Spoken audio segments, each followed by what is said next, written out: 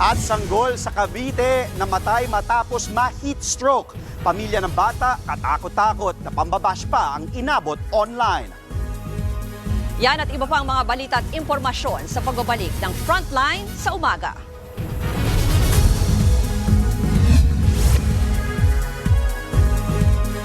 Putik, pawis, at amoy araw. Yan ang mga mantsang inuuwi nila. Kaya breeze na!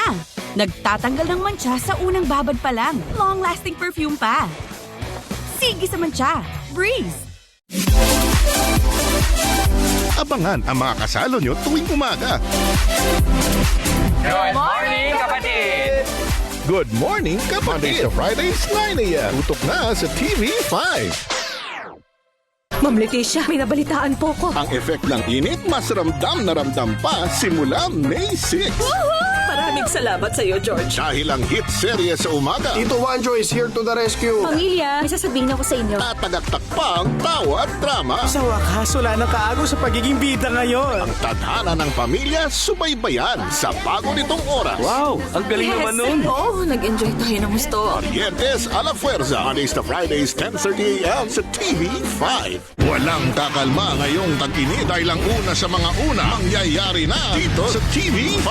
Una sa aksyon, una sa serbisyo. Tutukan si Idol sa bago nitong programa sa kapatid mo, Raffy Tulfo. Subaybayan si Kiko Estrada sa kauna-unahan niyang lead role sa pinaka-intense na action drama sa hapon. Lumuhod ka sa lupa. At first lead role din ni Miles Ocampo as Padjak Princess. Ma-excite sa first tambalan ni na Zanjo Marudo at Maine Mendoza sa Mystery. Hula mo, huli ko. Mauna sa mga istoryang nakakaaliw na hatid ng Top 5. Mga kwentong Mark Logan. Basta para sa ikaliligaya ng pamilya. Tara sa Barangay 5 at laging subaybayan ang The First Family. Mapawaw sa Takaraw. Dito sa TV5.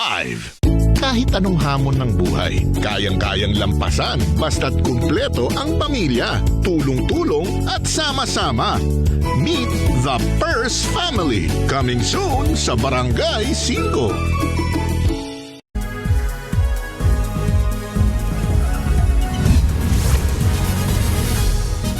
Patay ang isang field Chinese matapos matrap